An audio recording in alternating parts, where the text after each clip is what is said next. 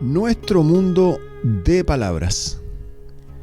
El gran problema que enfrentamos los seres humanos es la falta de comunicación. Nuestra incapacidad para comprender a otras personas, culturas o épocas. Este problema deriva, en parte, de que usamos las mismas palabras para designar cosas distintas.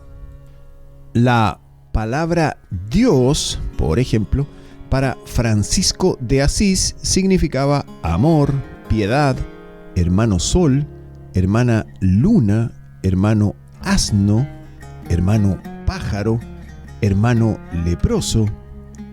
Para otros, Dios es un principio supremo por el cual se debe luchar, y ese principio autoriza a matar a todos los que no practican ese culto religioso. Lo mismo sucede con el término amor. Para algunos alude a la caricia y la dulzura. Otros ordenan que su amado o amada sea encerrado en casa y no vea jamás la luz del sol, para que no caiga en la tentación de amar a alguien más o sucumba al amor de otro. Una de las grandes funciones de la filosofía consiste en tomar las palabras y redefinirlas. Eso hizo Sócrates y eso debemos hacer nosotros si pretendemos comunicarnos. Tomemos el término religión. En su raíz latina, religare, designa un religamiento entre lo humano y lo que lo trasciende. La gente se reúne en torno a una práctica, un ritual, una serie de ceremonias y comportamientos cuyo eje es lo santo. La religión constituye una comunidad y ésta se reúne en una congregación.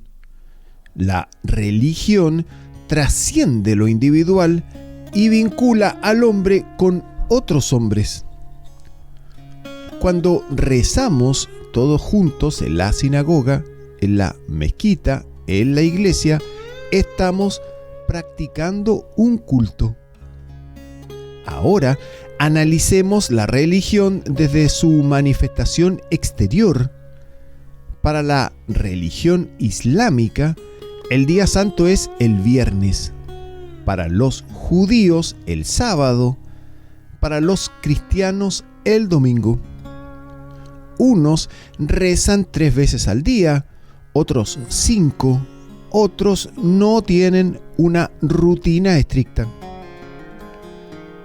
En el judaísmo, el lugar de la congregación religiosa se llama sinagoge en griego, es decir, reunidos conjuntamente. Su equivalente es la palabra iglesia, que viene del latín ecclesia. En el mundo del Islam tenemos la mezquita, que significa el lugar donde la gente se arrodilla. ¿Ante quién? Ante Dios, a quien ellos nombran Alá, que significa la divinidad. Pero las religiones son distintas. ¿En qué? En su comportamiento, en sus costumbres, en sus normas, en sus leyes. Estos ayunan cuando los otros comen, aquellos duermen cuando estos se levantan a rezar.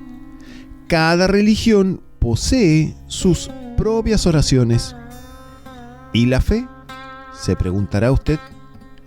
Si usted y yo perteneciéramos a la misma religión, lo que tendríamos en común serían nuestras fiestas, celebradas de la misma manera el mismo día, a la misma hora, con las mismas bendiciones, oraciones y ritos, es decir, el aspecto exterior. Creer como pensar corresponde a un acto interno del individuo, es un hecho psíquico. Compartimos afirmaciones generales, los dos decimos por igual que creemos en Dios uno, pero lo captamos de modo diferente porque cada uno tiene su propio mundo interior. La fe siempre es íntima. La religión y la soledad. La religión es lo que el individuo hace de su soledad. Es lo que aprendemos en El devenir de la religión de Alfred North Whitehead, filósofo y lógico contemporáneo. Todos aquellos que poseen las mismas creencias, el mismo dogma, forman una comunidad histórica, un partido, un grupo interconectado.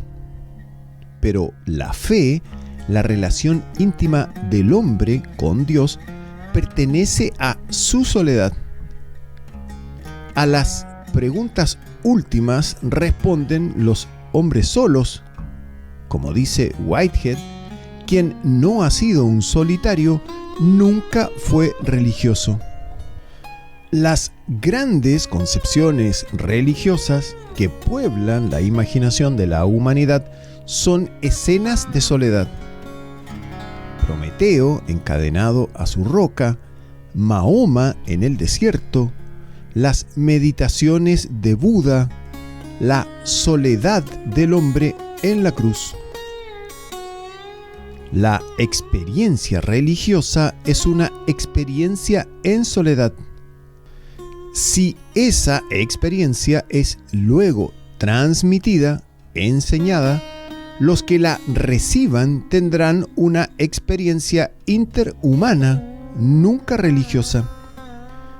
Esto lo vio con claridad el filósofo inglés Thomas Hobbes, siglos más tarde, y escribió en su Leviatán: ningún hombre puede saber de modo infalible, por razón natural, que otro ha tenido una revelación sobrenatural de la voluntad divina. Solo puede haber una creencia.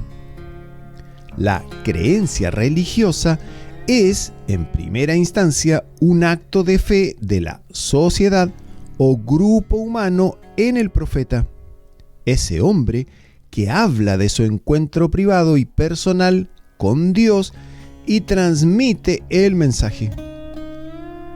El origen del mensaje es Dios, pero el transmisor es el individuo y el fin es la comunidad, que da sentido a la religio, es decir, la religión, la unión de los individuos a partir de las creencias compartidas.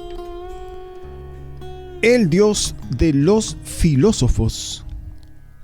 Sócrates fue acusado de corromper a los jóvenes y de pretender cambiar los dioses de la ciudad por otros, y lo condenaron a muerte.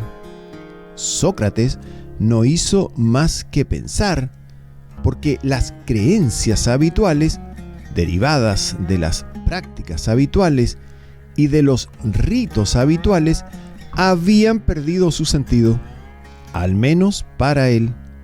Entonces Sócrates salió a la calle a preguntar qué era el bien, qué era la belleza, para qué existía el hombre. En sus diálogos mencionaba a Zeus y al resto de las deidades del Olimpo. No les tenía reverencia religiosa. Platón y Aristóteles se alejaron de los dioses místicos y hablaron de un dios que no hacía favores ni necesitaba sacrificio alguno.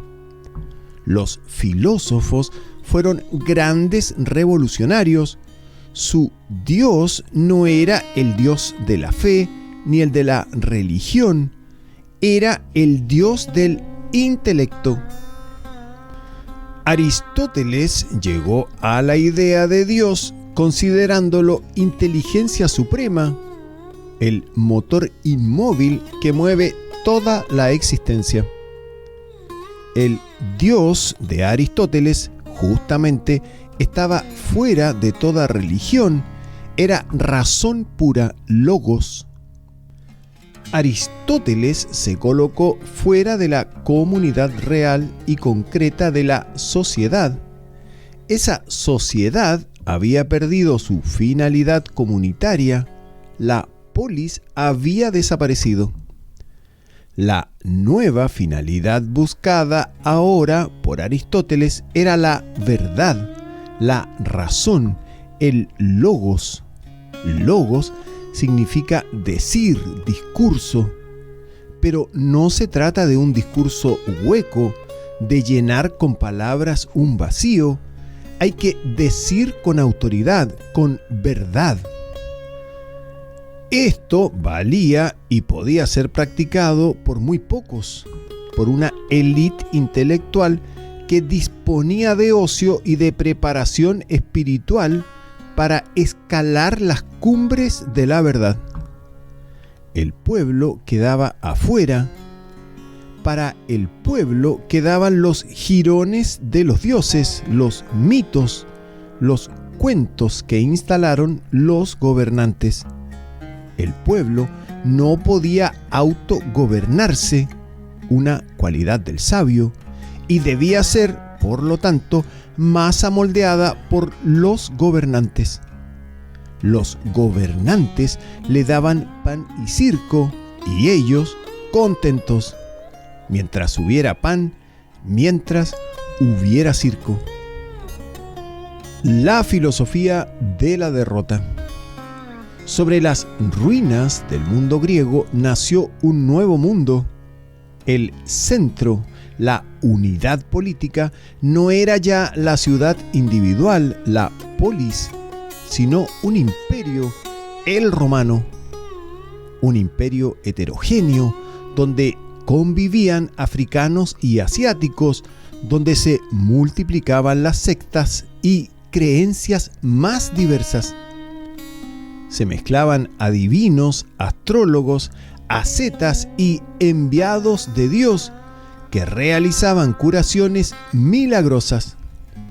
Roma era grande y poderosa y prometía un nuevo mundo de felicidad, de construcciones, de caminos, de guerras, de conquistas. El pueblo tenía pan y circo y las clases superiores, de tiempo en tiempo, filosofaban o escribían poesía. Hasta que ese mundo dorado comenzó a derrumbarse a partir de sus propios y endebles cimientos, y con él sus gobernantes, sus costumbres, sus templos, sus dioses. De nuevo la crisis. Una vez que el hombre ha perdido el justo medio, la razón, es difícil volver atrás. Algunos intentaron dar la voz de alarma, pero corrieron la misma suerte de Sócrates. La crisis era grande porque los baños, el sexo y el vino permitían que el tiempo transcurriera plácidamente mientras se multiplicaban los agujeros negros del alma. La crisis era grande, la desesperación era grande.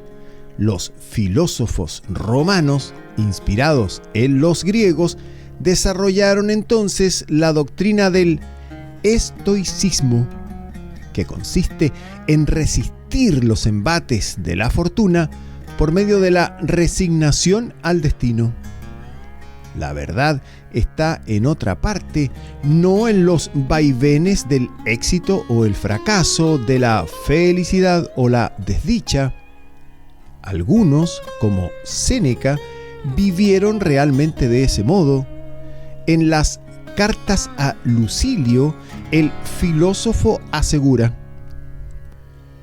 nunca creas feliz a nadie que esté pendiente de la felicidad.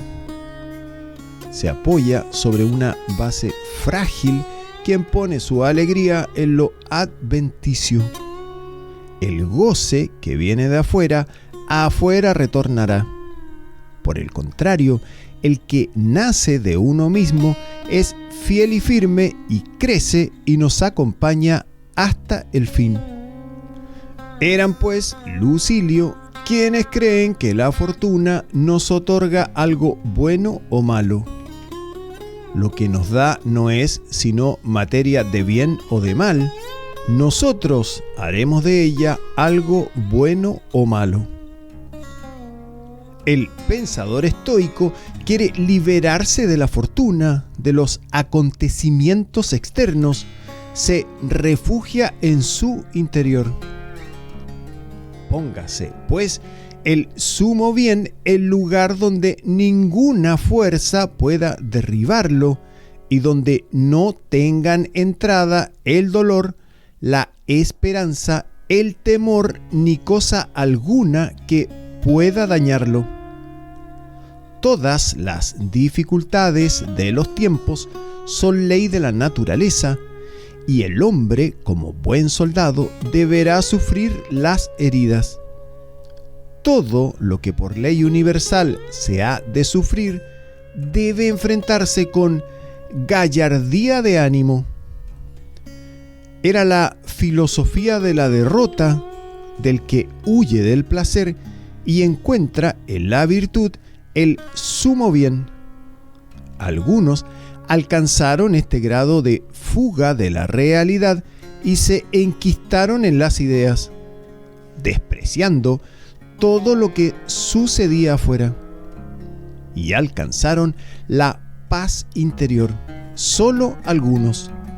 La gran masa, que iba de orgía en orgía, no pudo superar la angustia, ni el hambre, ni el vivir para nada. Los dioses de la religión no infundían respeto, ya no se podía tratar con ellos, faltaban las creencias. En ausencia de la religión, Séneca proponía ideas, una idea de la vida. El cristianismo y el buen mensaje. Pero el pueblo necesitaba creencias, necesitaba creer. En el seno de la crisis de la civilización romana surgió un nuevo fenómeno, la fe. La trajo a Roma un grupo de judíos o descendientes de judíos que no creían en Zeus ni en Apolo, ni en dioses grandiosos, maravillosos, pero también caprichosos y cambiantes como los hombres. Creían en un hombre joven, cercano a 30 años de edad, que había muerto crucificado luego de sufrir humillaciones. Un hombre que para los romanos representaba el fracaso, la miseria. Sin embargo, ese hombre llamado Jesús, que en hebreo significa Salvador, había traído un nuevo mensaje, un buen mensaje. Evangelio es, en griego, euangelos, buen mensaje. Jesús no había venido a ofrecerles pan y circo, les había enseñado que la verdadera riqueza estaba en el interior de cada uno, la fe. Los había hecho enfrentar la crisis y encontrar la salida. Pablo de Tarso, el gran filósofo y teólogo, seguidor de las prédicas de Jesús, aquel que decía en Efeso: si yo no tengo amor, nada soy, también habló de la crisis y la denominó pecado. La fe y la razón. Crisis, ruptura, esperanzas que se hundían, promesas que se frustraban. En el siglo I, los habitantes de la tierra de Judea estaban desesperados. Los gobiernos corruptos, dados a la rapiña y a la autosatisfacción, sin Dios y sin justicia, los habían entregado a manos de los invasores romanos.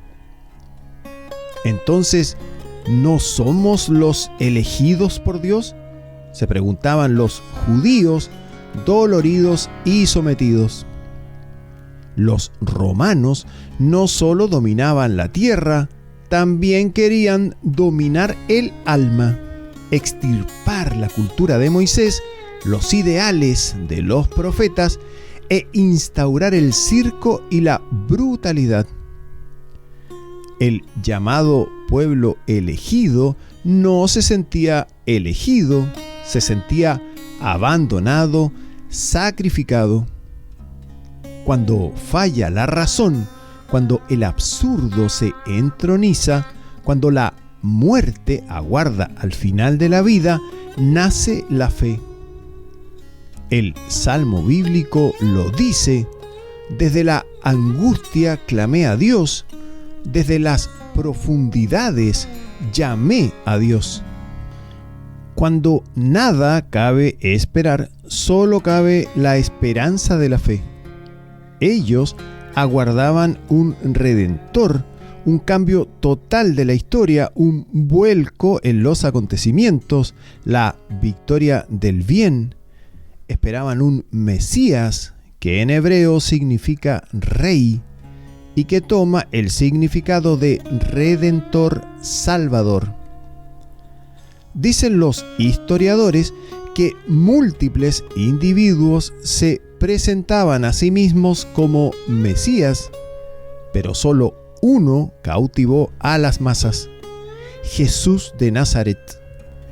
Jesús se dirigió a los hombres, a los individuos desligados del orden político, para religarlos en un orden superior, celestial.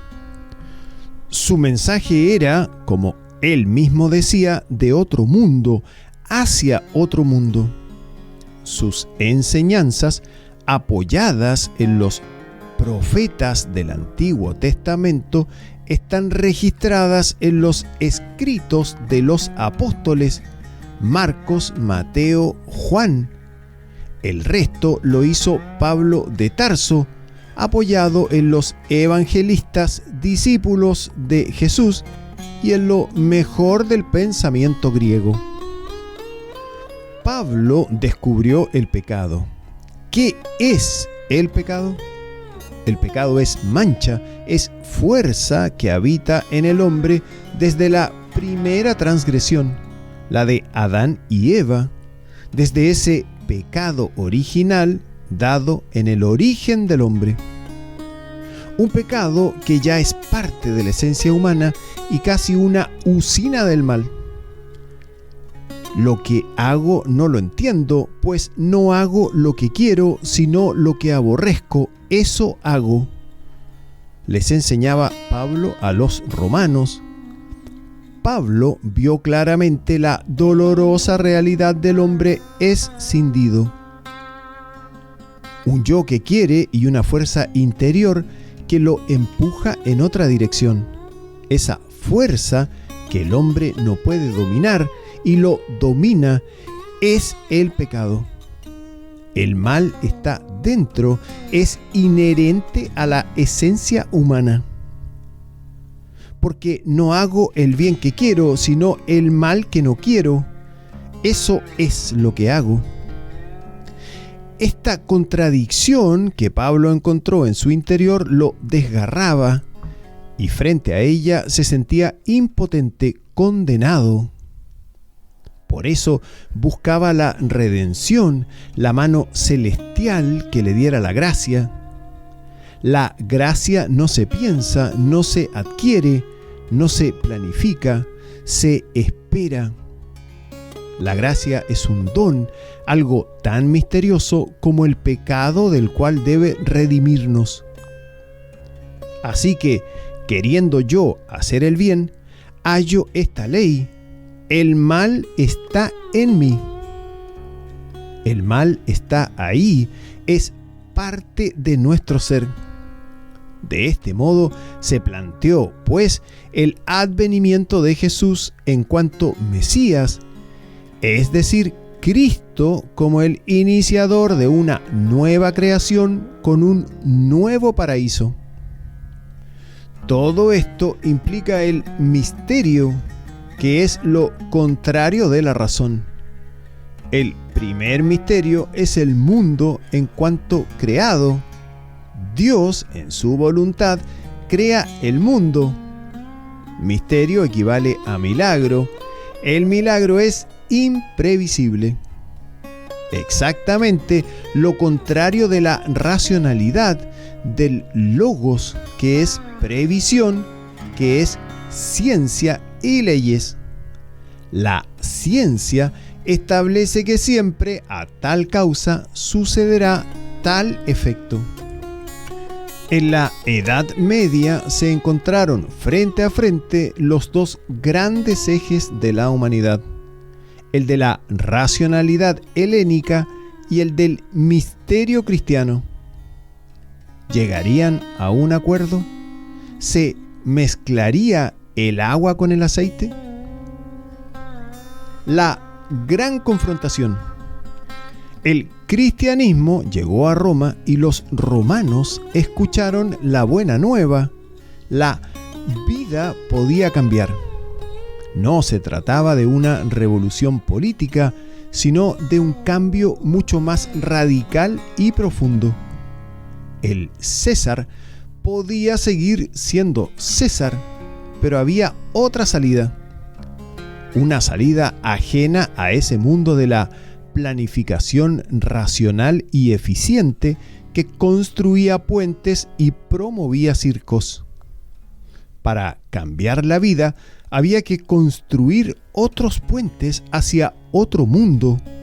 Había que reconstruirse, convertirse, es decir, verter el alma en otros recipientes. Esa buena nueva era para todos, los académicos, los ricos y los esclavos. Saber no es creer. Filosofía es saber. Por tanto, ni es religión ni es fe. Fe es no saber. En el campo de la religión, nadie, estrictamente, está capacitado para prever nada, para establecer lazos lógicos. El Dios del misterio es el Dios de la creación a partir de la nada. Pero Él nos mira, nos ve, nos escucha, nos atiende. El Dios aristotélico es incompatible con este Dios religioso. He allí el primer choque entre filosofía y religión. La fe es privada. La religión, en cambio, se fue convirtiendo en órgano político y divino en una sociedad con jefes, sacerdotes, superiores, gobernantes, y ellos establecieron el dogma, el bien y el mal, qué creer y qué no creer dentro de la religión. Por lo tanto, el primer encuentro entre saber y creer produjo un choque. Al ingresar en Occidente, la religión, los tres monoteísmos, se vio en la necesidad de confrontarse con esa fuerza mayor, la del logos, la de la verdad producida por la razón, y de superar el choque. Quien cree no necesita saber, y aquel que sabe no necesita creer. ¿Qué tiene más valor? ¿La verdad lograda por nuestros propios méritos y capacidades o la revelada por Dios a través de sus enviados?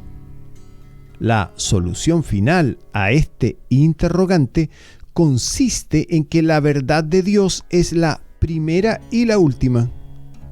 Pero nosotros debemos pensarla, aprenderla, hacer la filosofía. Es una solución que nos compromete profundamente.